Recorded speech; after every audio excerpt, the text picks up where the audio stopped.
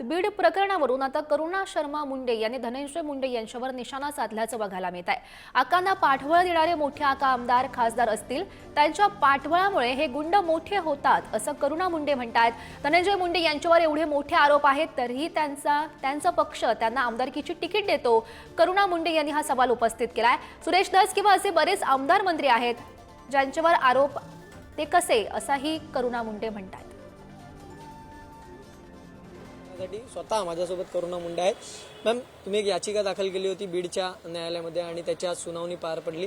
काय नेमकं आजच्या सुनावणीमध्ये सुद्धा झालेलं आहे आणि काय नेमकं या शपथपत्रामध्ये नमूद केलं होतं?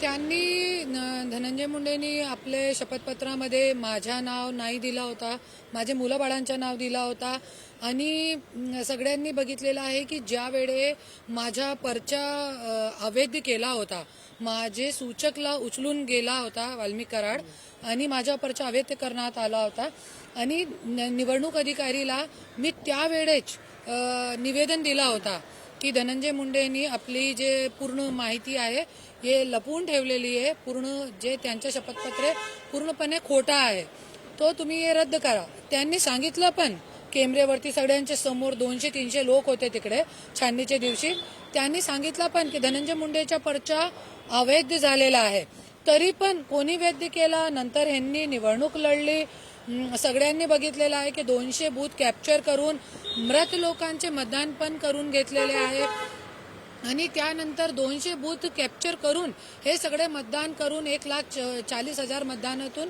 निवडून आलेले आहे। हे सगळी जे आहे ते केसमध्ये मी टाकलेलं आहे की खरोखर एक अन्याय झालेला आहे आणि हे निवडणुकी रद्द करण्यात यावी अशी माझी मागणी आहे।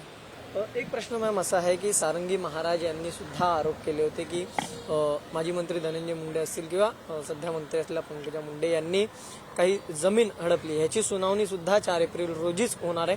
काय नेमकं या प्रकरणातली माहिती तुम्हाला? सारंगी महाजन ताई सोबत पण माझा उद्या बोलणं झालेला आहे, त्या पण केजमध्ये गेली होती, आज त्यांची पण सुनावणी होती।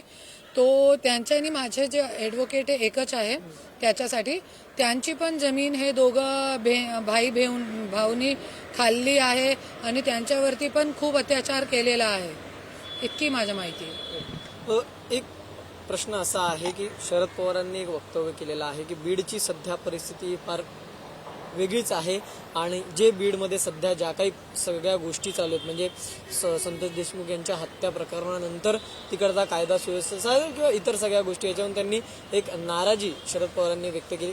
काय नेमकी प्रतिक्रिया यावर? धनंजय मुंडेवरती इतके बडे आरोप आहे तरी पण त्यांचा पक्ष त्यांना आमदारकीमधून तिकीट देत आहे। आता जे सुरेश धस भाऊ आहे, खूप काही असे मंत्री आमदार आहे ज्यांच्यावरती आरोप आहे, जसे अभी एक कोकाटे साहेब आहे त्यांच्यावरती आरोप लागलेला आहे, तरी पण पक्ष काढत नाही। आणि ते संजय राठोर, पूजा चव्हाणच्या लिटरली मर्डर केलेला त्यांनी, ती प्रेग्नेंट होती, त्यांचा मुद्दा मी उचलून धरलेला होता, पण तरी पण आज 6 महिन्यानंतर आमदारकी दिली, नंतर मंत्रीपद दिला। असे लोकांना तुम्ही पाठबळ देताय तो कांटे के पौधे में बबूली उगेगा ना, कांटे के पौधे में कांटा ही उगेगा, आम तो नहीं उगेगा। कायदा सुव्यवस्था आणि या सगळ्या प्रकरणात आता पुढे काय होते हे सुद्धा पाहणं तितकंच महत्वाचं असणार आहे। व्हिडिओ जर्नलिस्ट मनोज सोलंकी समेत धनंजय दळवी, पुढारी न्यूज, मुंबई।